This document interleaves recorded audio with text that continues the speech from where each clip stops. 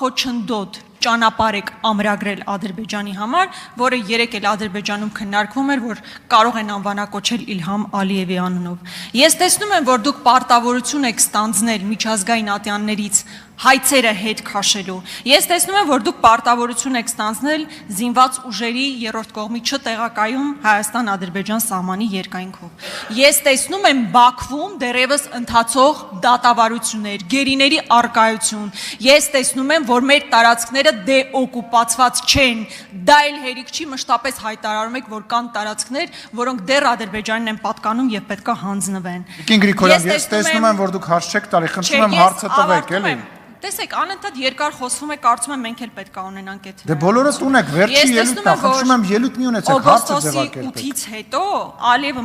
մեր հասարակությանը հիվանդ է ասում, ասում է սահմանադրություն պետք է փոխենք։ Ես չեմ տեսնում անվտանգության երաշխիքներ, անվտանգության մեխանիզմ, բացի նրանից, որ Տրամփն է ասում է խնդիրը կզանգեք,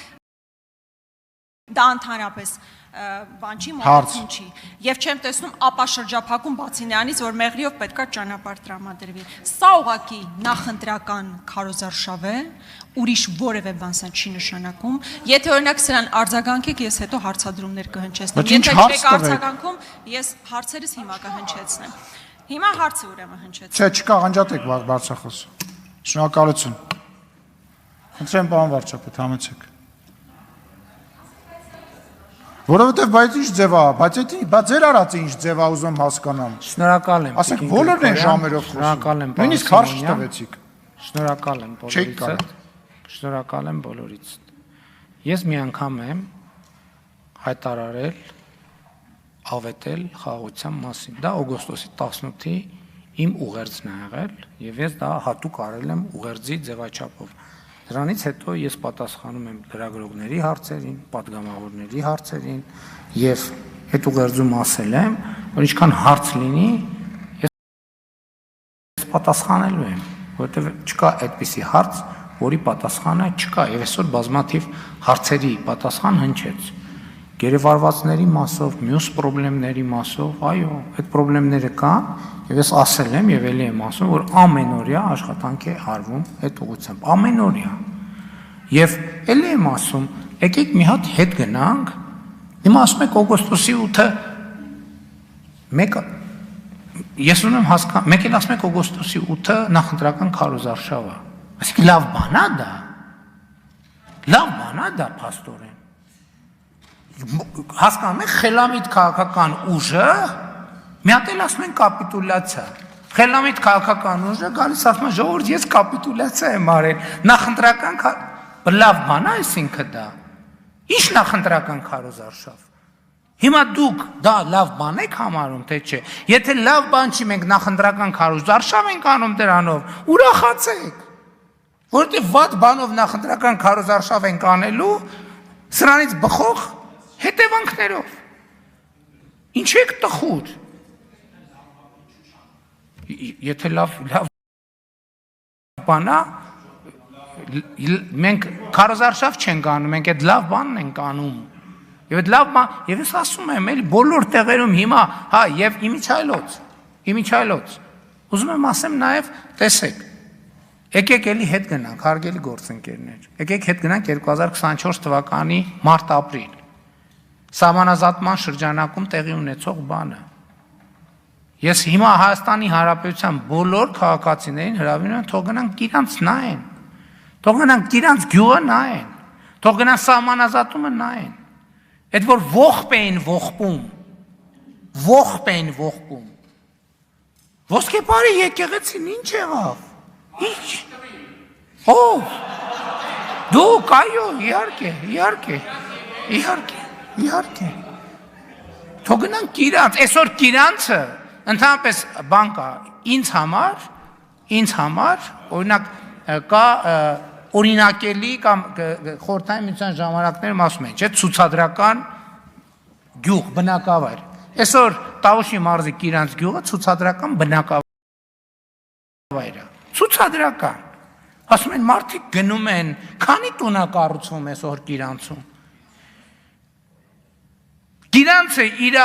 ձեր նշած լավագույն ժամանակներում ունեցել է քանի տուն, 84 են ինձ ասել։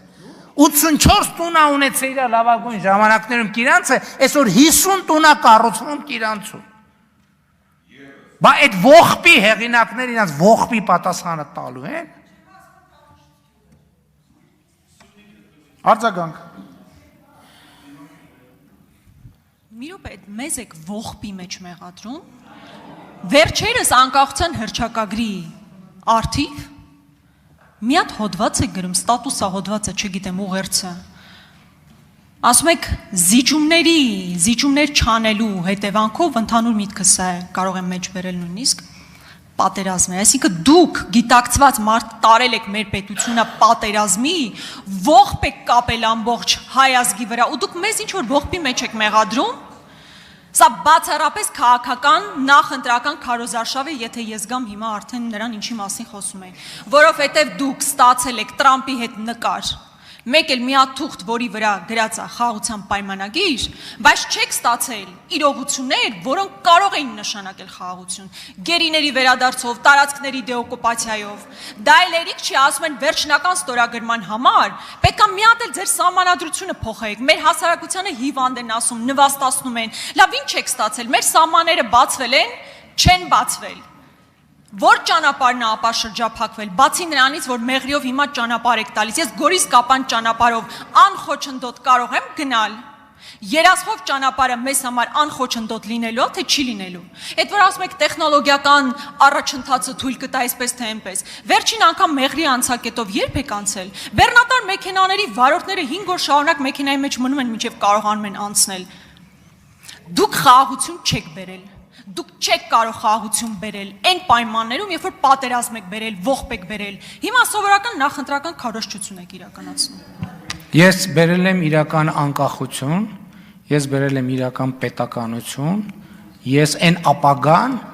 որի մասին մենք բոլորս մտածում ենք, թե երնեք կլինի այդ ապագան, թե չէ, այդ ապագան բերել եմ այսօր։ Այսօր։ Այդ խաղաղությունը այսօր է։ Ինչն է շրջափակվել, ապա շրջափակվել է այն, որ Երևանի Զվարթնոց օդանավակայանից ինքնաթիռ է թռնում, կապանում վայրեջք է կատարում, հետո հետ է գալիս։ Այդ է խաղաղությունը, որ մարդիկ ապրում են իրենց տներում առանց վախի, որ Կիրանցում, որի ողբը կապել եք, որ Կիրանցը չի լինելու, ասում եմ, Կիրանցը այսօր ցուցադրական բնակավայր է։ Եվ խաղաղությունը արդեն եկե, դուք հիմա թռնեք վերև, իջնեք ցած, խաղաղությունը հաստատված է, դուք մի խնդիր ունեք, հաստատված խաղաղությունը քայքայել, ես դա ձեզ թույլ չեմ տալու, չերազեք նույնիսկ, ուզում եք թռեք վերև, ուզում եք իջեք ցած, ինչ ուզում եք արեք, որ սպառնալու տեղը գա, կսպառնամ էլ այն դեպքերում